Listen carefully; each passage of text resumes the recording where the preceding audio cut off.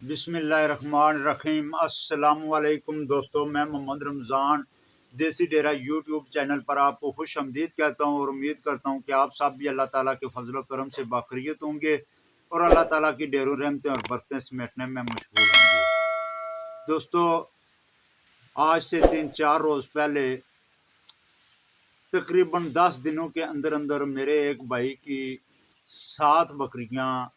جس میں 3 قربانی والے بکرے بھی شامل تھے اور 4 بکریاں تھیں، وہ ایکسپائر ہو گئی ہیں۔ یہ بات آپ کو بتانے کا مقصد یہ ہے کہ آخر ان کی موت کی وجہ کیا بنی، کس وجہ سے وہ ایکسپائر ہوئیں، اور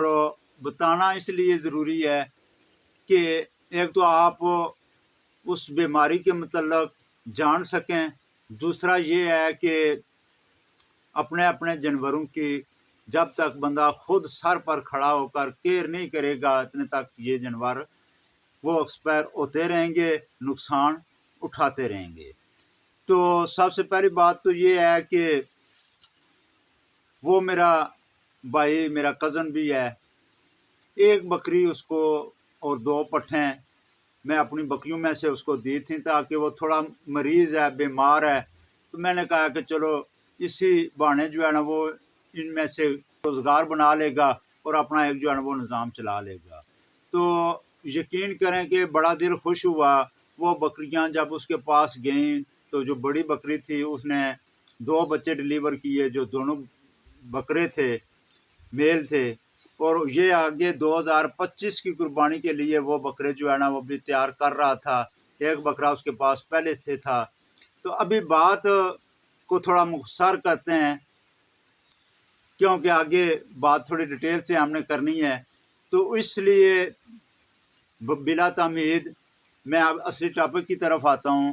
کہ ہوا کیا ہے کہ سب سے پہلے ان بکروں میں سے ایک بکرا اس کا، جن کی 10-10 11-11 مہینے ایج تھی، ایک بکرا اس کا ذبح ہوا ہے۔ جب ذبح ہوا ہے تو وہ اچانک اس کو ایسی جو ہے نا وہ تکلیف ہوئی ہے کہ وہ جو ہے نا اس نے صبح کے ٹائم جو ہے نا وہ شور کرنا شروع کیا ہے، اور وہ کبھی ادھر گر رہا تھا کبھی ادھر گر رہا تھا، تو اس نے جو ہے نا وہ ذبح کروا دیا ہے۔ جب وہ ذبح کیا ہے تو اس کو اندر سے جب دیکھا ہے تو اس کا جو کلیجی ہوتی ہے، جگر جس کو بولتے ہیں، وہ تقریباً سوج کے اتنا ہو چکا تھا اور اس کا پتا بھی سوجا ہوا تھا، اور ساتھ آنتڑیاں جو ہے وہ بھی سوجی ہوئی تھی۔ ابھی 2-3 دن گزرے ہیں، ہم نے اس بات کو تھوڑا اگنور کر دیا ہے، اس پر اتنی توجہ نہیں دی ہے کہ ہم نے سمجھا کہ شاید جو ہے نا وہ اس کے اندر کوئی زہریلی چیز ہوگی یا کھالی ہوگی یا کوئی کسی اور وجہ سے جو ہے نا جس کی جو ایکسپائر ہوا ہے۔ تو 2-3 دن گزرے ہیں تو وہ دونوں پٹھیں جو بڑی بکری کے ساتھ تھیں، ان میں سے بھی ایک جو ہے نا وہ صبح کے ٹائم اس کو جو ہے نا وہ مری ہوئی ملی، پھر دوسرے دن دوسری مر گئی۔ اسی طریقے سے جو ہے نا وہ والے پٹھیں، ایک دن پہلے اس نے بچہ ڈلیور کیا تھا، جو دوسری تھی وہ ابھی بچہ ڈلیور کرنے والی تھی، لیکن ان دونوں کی ایک دن چھوڑ کر جو ہے نا یکے بعد دیگرے ان کی ڈیتھ ہو گئی ہے۔ پھر اسی طرح جو ہے نا چوتھی بکری جو ہے نا 1-2 دن کے وقفے کے بعد جو ہے نا وہ ذبح ہو گئی ہے۔ جب وہ ذبح ہوئی ہے اس کے اندر دیکھا تو وہ بھی وہی سسٹم تھا۔ جب چوتھی بکری ذبح ہوئی تو اس وقت کیا ہوا ہے کہ ہم نے ایک ڈاکٹر کے ساتھ رابطہ کیا ہے، وہ ڈاکٹر جو ہے نا اویلیبل نہیں تھا، یا وہ جان بوجھ کے نہیں آیا ہے کہ اس طرح کا صورتحال چل رہی ہے، پتہ نہیں بیماری میری سمجھ میں آئے گی یا نہیں آئے گی۔ لیکن اسی دوران ہمارے ایک بھائی ہیں، دوست ہیں، آپ بھی ان کو دیکھتے ہوں گے، حبیب صاحب، یوٹیوب چینل ہے ان کا، بہت اچھا مطلب نالج رکھنے والے ہیں۔ میں نے ان سے رابطہ کیا ہے کمنٹس کی صورت میں، تو انہوں نے جو رپلائی دی ہے، انہوں نے کہا ہے کہ یہ ان کو پتا سوجن کی جو ہے نا وہ بیماری ہو چکی ہے، ان کی فوری جو ہے نا ویکسین کرائیں۔ ابھی پھر جب انہوں نے ویکسین کا بتایا، ہم نے ایک ڈاکٹر سے پھر مشورہ کیا ہے، اس سے رابطہ کیا ہے، تو اس نے کہا کہ ابھی یہ بیماری لگ چکی ہے، اس کے دوران ویکسین کرانے کا مقصد نہیں ہے۔ اس نے پھر 2 انجیکشن لگائے ہیں باقی بکریوں کو، لیکن اس سے کخ فائدہ نہیں ہوا ہے۔ وہ بکریاں بھی یکے بعد دیگرے جو ہے نا وہ ذبح ہوتے جو ہے نا وہ 7 بکریاں ذبح ہو گئی ہیں۔ ابھی اس بیچاری کے پاس تھی وہ 7 ہی، 7 کی 7 وہ ذبح ہو چکی ہیں۔ پھر ساتھ ایک اور بندہ تھا، اس کی 2 بکریاں ذبح ہوئی ہیں،